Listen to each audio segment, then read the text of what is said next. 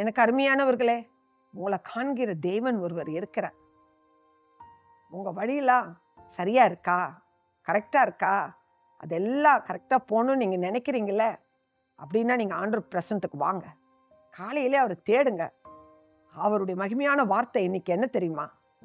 எரேமியா 16வது அதிகாரம் 17வது வசனம்.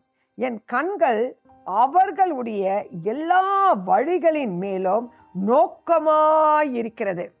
உங்களுடைய என்னென்ன வழியில நீங்க போறீங்களோ தேவன் உங்களை கவனமா பார்க்கறாராம். உங்கள் கால்கள் இடராதபடி பாதுகாத்து கொள்வார். உங்களுடைய மறைவாக வைக்கிற வலையில நீங்க சிக்கி கொள்ளாதபடி பாதுகாத்து கொள்வார். தைரியமாக எழுந்து தேவனை துதித்து ஜெபித்து உங்க பரிசுத்தத்தை காத்து சாட்சியாக தேவனுக்கு வாழ அர்ப்பணித்து அவர் தகப்பனாக இந்த நாளில் உங்களோடு வைத்துக் கொள்ளுங்க. ஒவ்வொரு நாளும் வைத்துக் கொள்ளுங்க. அவர் உங்களை விட்டு விலகவே மாட்டார். உங்க வழியெல்லாம் அவர் அறிந்திருக்கிறார். அந்த வழியில நேர்த்தியாக நீங்க செய்ய வேண்டிய வேலைகள் எல்லாம் செய்ய உங்களுக்கு ஒத்தாசையாக எழுந்து வருவார். உங்க இருதயம் கலங்காது இருப்பதாக. கர்த்தர் உங்களை ஆசீர்வதிப்பாராக.